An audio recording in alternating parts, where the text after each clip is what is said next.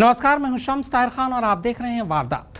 बाप लगभग 10 महीने से जोधपुर जेल में बंद है तो बेटा करीब 7 महीने से सूरत जेल में। दोनों पर यौन शोषण और रेप का मुकदमा चल रहा है। इसके अलावा भी कई और मामले हैं और इन सारे मामलों में सारे गवाहों के बीच एक सबसे अहम गवाह था। अहम गवाह इसलिए क्योंकि वो करीब 12 साल तक बाप के करीब रहा और बेटे की हरकत को करीब से देखता रहा। अंदर खाने की सारी खबरें उसके पास थी। अब उसी सबसे अहम गवाह का कत्ल हो गया। रंगरेलिया मना रहा था, दूसरी लड़कियों की जिंदगी बर्बाद कर रहा था, समाज के सामने वो ब्रह्मचर्य का दिखा रहा था। धोखा आपत्तिजनक है।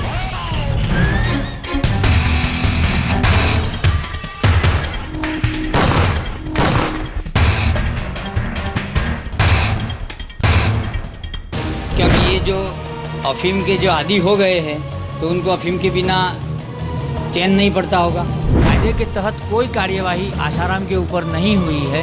आज तक उन्होंने पाखंड चलाया संत के नाम पे। महिला आश्रम है वो वास्तव में महिला आश्रम बोलना वो गलत है। वो आसाराम की रखातों का अड्डा है। अब फिर कभी ये आवाज आसाराम बापू के खिलाफ नहीं बोलेगी। अब फिर कभी ये आवाज आसाराम बापू के खिलाफ कुछ नहीं कहेगी, क्योंकि इस आवाज को अब हमेशा हमेशा के लिए खामोश कर दिया गया है। आसाराम की पोल सबसे पहले खोलने वाला, आसाराम के खिलाफ सबसे पहले बोलने वाला, आसाराम के एकांतवास का राज सबसे पहले बताने वाला, आसाराम की अश्लील हरकतों को सबसे पहले आम करने वाला, आसाराम पर लगे यौन शोषण के इल्जाम का सबसे अहम गवाह अब नहीं बोल पाएगा कभी आसाराम के खिलाफ।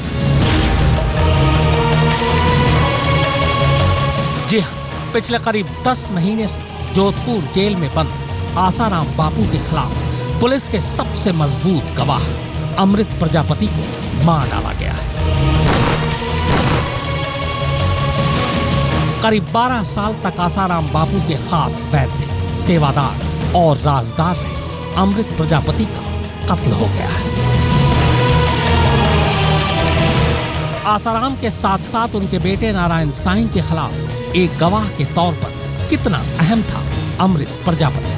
उसकी मौत से केस पर क्या फर्क पड़ेगा और कौन है वो लोग जिन्होंने प्रजापति को रास्ते से हटा दिया, ये हम आपको आगे बताएंगे। सबसे पहले आइए जान लेते हैं कि आखिर अमृत प्रजापति का कत्ल हुआ कैसे।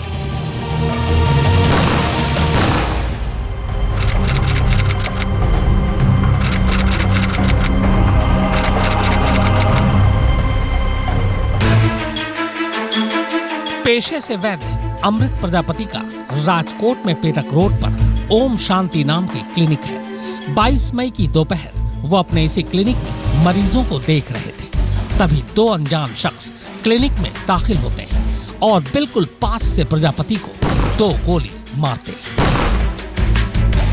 एक गोली कान को छूकर निकल जाती है जबकि दूसरी चेहरे पर लगती है। गोली मारने के बाद हमलावर मौके से फरार हो जाते हैं। बाद में प्रजापति को पास के ही एक अस्पताल में ले जाया जाता है। अस्पताल में प्रजापति ने पुलिस को 5 लोगों के नाम भी बताए और उनके फोन नंबर भी पुलिस को दिए। नाम दिया है तो वो नाम पढ़कर उनकी पत्नी ने वो सभी का टेलीफोन नंबर दिया पुलिस को, और वो जो हमलाखोर थे उनकी पत्नियों का टेलीफोन नंबर भी दिया है। फिर भी अभी तक पुलिस ने उनका क्या किया, कैसे हुआ, कैसे काम कर रही है, वो हमें कुछ पता नहीं है। राजकोट के अस्पताल में हालत बिगड़ने के बाद प्रजापति को बाद में राजकोट से अहमदाबाद के अस्पताल में शिफ्ट कर दिया गया, मगर तब तक वो कोमा में जा चुके थे और आखिरकार कोमा में रहते हुए ही मंगलवार सुबह उनकी मौत हो गई।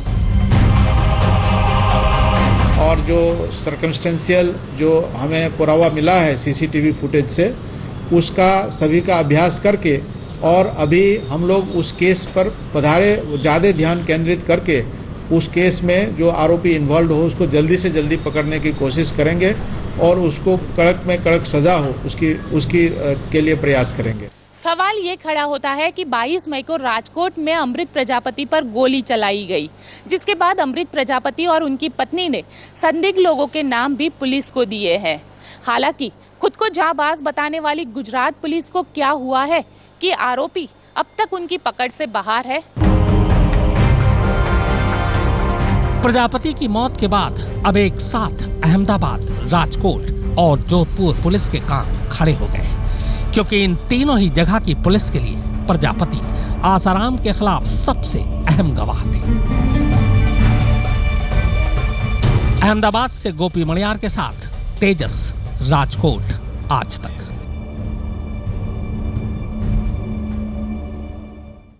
जब से आसाराम बापू और नारायण साईं जेल गए तब से बाप बेटे के खिलाफ खड़े कई गवाह धमकियां मिलने की शिकायत कर चुके हैं। फिर चाहे वो जोधपुर के एकांतवास की पीड़ित लड़की के घर वाले हों या सूरत बलात्कार की शिकार महिला का पति, इन सभी ने पुलिस से धमकियां मिलने की बात कही थी, जबकि अमृत प्रजापति तो कई बार ये बात कह चुके थे।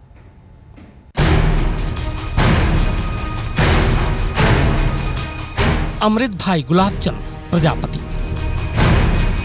इस नाम को पहली बार सुर्खियां उस वक्त मिली जब अमृत प्रजापति ने आसाराम और उनके बेटे नारायण साईं के खिलाफ मोर्चा खोला था।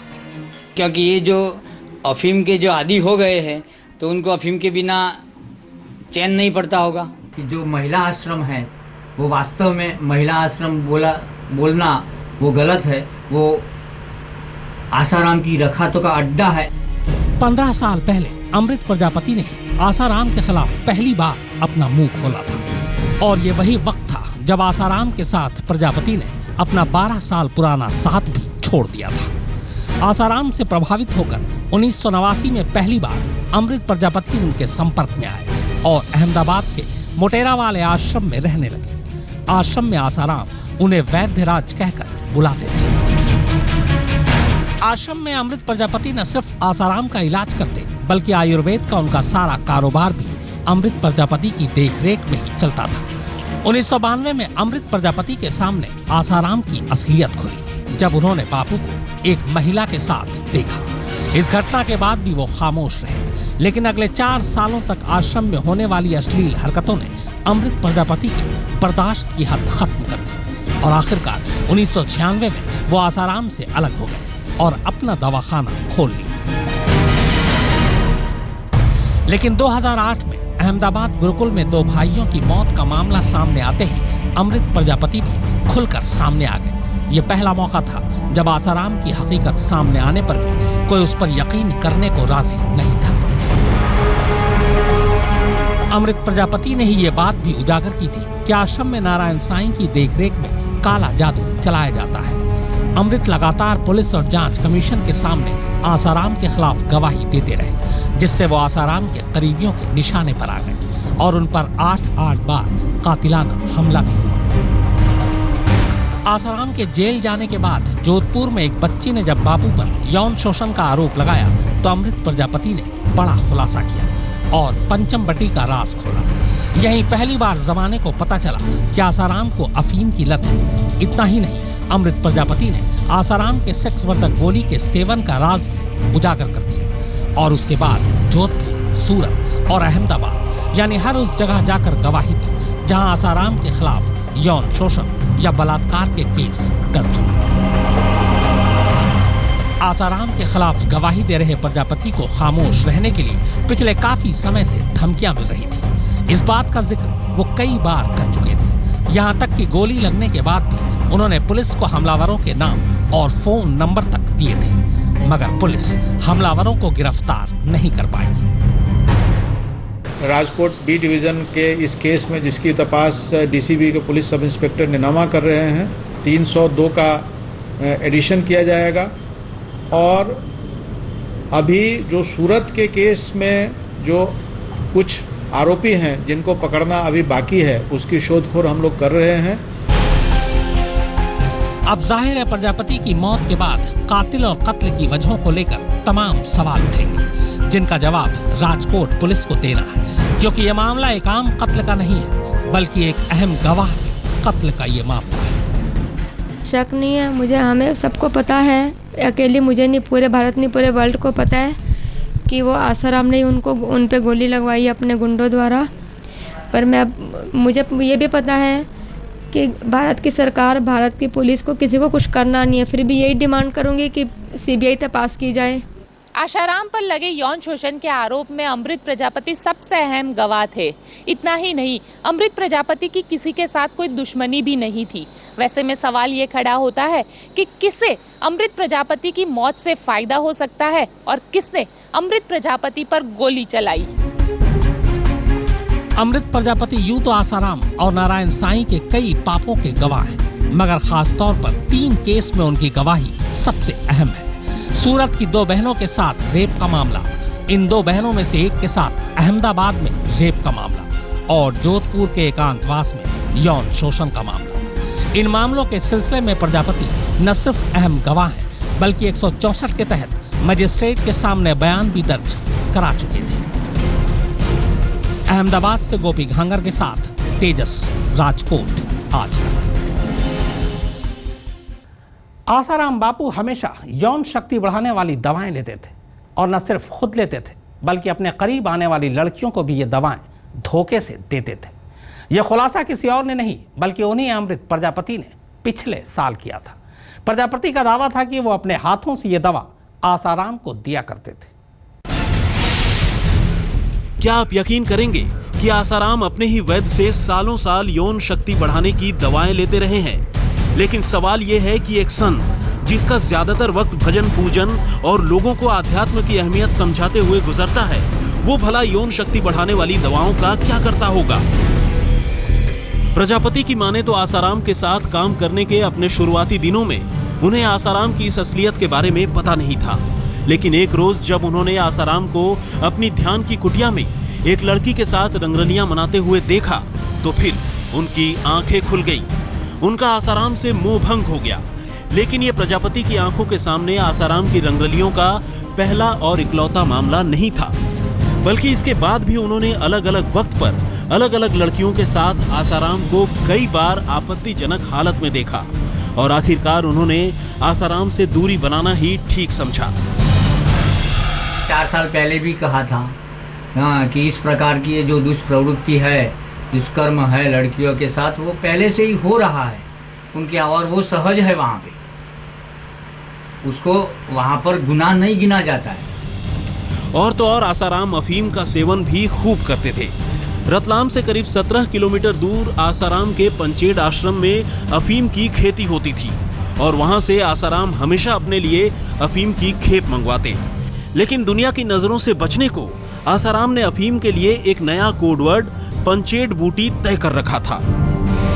1989 से 2005 तक आसाराम के आश्रम में काम कर चुके प्रजापति का तो यहाँ तक कहना है कि आसाराम न सिर्फ खुद यौन शक्तिवर्धक दवाओं का इस्तेमाल करता, बल्कि वो जिन लड़कियों के करीब जाता उन्हें भी ऐसी दवाएं खिलाया करता। और ये दवाएं अक्सर लड़कियों को दूध में मिलाकर दी जाती थी। वैसे एक गौर करने वाली बात यह है कि जिस लड़की ने आसाराम के खिलाफ पुलिस में शिकायत दर्ज करवाई है, उस लड़की ने भी कथित तौर पर ज्यादती से पहले आसाराम के आश्रम में उसे दूध पिलाए जाने की बात कही है। वैसे प्रजापति के इन इल्जामों की तस्दीक होनी तो फिलहाल बाकी है, लेकिन अगर आसाराम के पुराने राजदार की ये बातें सही हैं, तो यकीनन शर्मनाक हैं।